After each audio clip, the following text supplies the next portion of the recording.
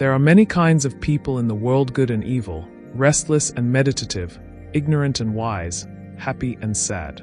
Tell the evil person to be good and the restless person to be meditative, and he will make you feel that he does not like to follow your instructions, or that he cannot do so.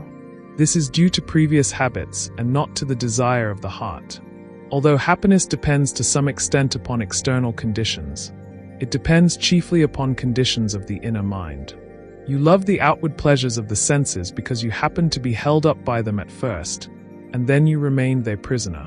Even as some persons get used to jails, so we mortals like outer pleasures, shutting off the joys from within. Temporary happiness for the most part. The senses promise us a little temporary happiness, but give us long, lasting sorrow in the end. Whereas virtue and happiness within do not promise much, but in the end always give lasting satisfaction. That is why I call the lasting inner happiness of the soul, joy, and the impermanent sense thrills, pleasure. It is better to be unhappy about your own ignorance than to die happily with it. Wherever you are, remain awake and alive with your thought, perception, and intuition ever ready, like a good photographer, to take pictures of exemplary conduct and to ignore bad behavior. Persons of strong character are usually the happiest. They do not blame others for troubles that can usually be traced to their own actions and lack of understanding. They know that no one has any power to add to their happiness or to detract from it unless they themselves are so weak that they allow the adverse thoughts and wicked actions of others to affect them.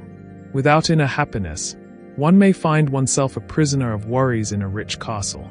Happiness is not dependent upon success and wealth alone, but real happiness depends upon struggling against the failures, difficulties, and problems of life with an acquired attitude of unshakable inner happiness. To be unhappy in trying to find the hard-to-acquire happiness defeats its own end. Happiness comes by being inwardly happy first, at all times, while struggling your utmost to uproot the causes of unhappiness.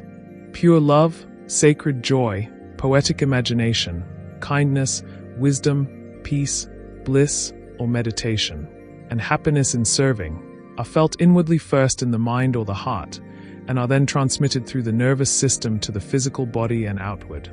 Do not camouflage your soul with the veil of sermons and solemn words.